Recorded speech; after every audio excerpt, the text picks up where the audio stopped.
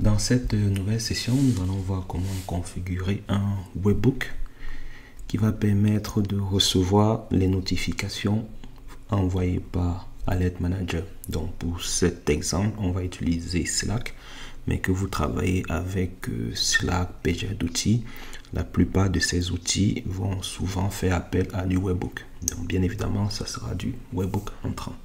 Donc on va voir comment est-ce qu'on peut rajouter un webhook dans le cas de Slack. Bien évidemment, il faut déjà vous connecter à un espace sur Slack. Et donc, vous allez dans les automatisations. Et donc, Slack vous permet de faire des intégrations avec différents outils. Et donc, celui qui va nous intéresser, c'est le webhook. Donc, lorsqu'on cherche webhook, il nous propose deux options. Il y a le incoming et le outgoing. Bien évidemment, ce qu'on souhaite faire, c'est que Slack reçoive les notifications d'alerte fournies par Alert Manager.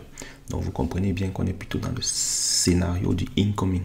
Donc, c'est très important parce que si vous prenez le outgoing, en fait, vous êtes en train de vouloir configurer Slack pour qu'il envoie des webhooks. Alors que nous, on souhaite que ce soit plutôt Slack qui reçoit nos webhooks. Donc, pour cela, on va bien évidemment prendre le incoming. Donc, faites attention si l'application vous propose en entrée ou en sortie.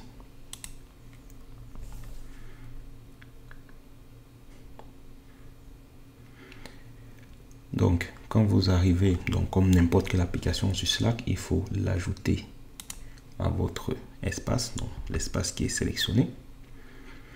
Et donc, Slack va vous demander à quel canal vous souhaitez rattacher votre webhook. Donc, nous, vu qu'on est en train de faire des tests en observabilité, donc on choisit le canal observabilité. Et donc, on fait ajouter le webhook entrant.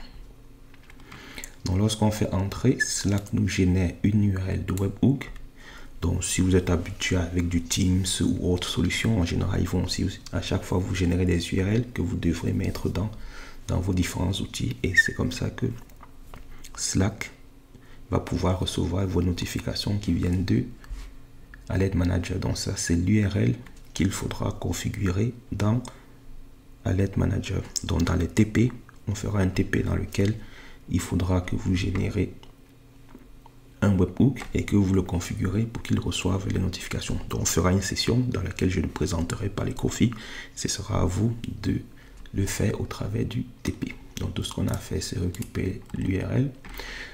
Vous avez quelques options que vous pouvez paramétrer. Si par exemple en cours de route vous souhaitez changer le canal, donc bien évidemment vous pouvez le changer, et puis il vous suffit d'enregistrer votre webhook.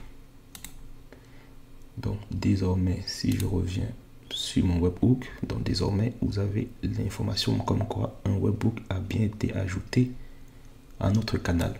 Donc ce webhook, donc on va le configurer sur Alert Manager, et donc c'est à ce niveau que désormais on recevra les alertes qui vont être générées par Prometheus.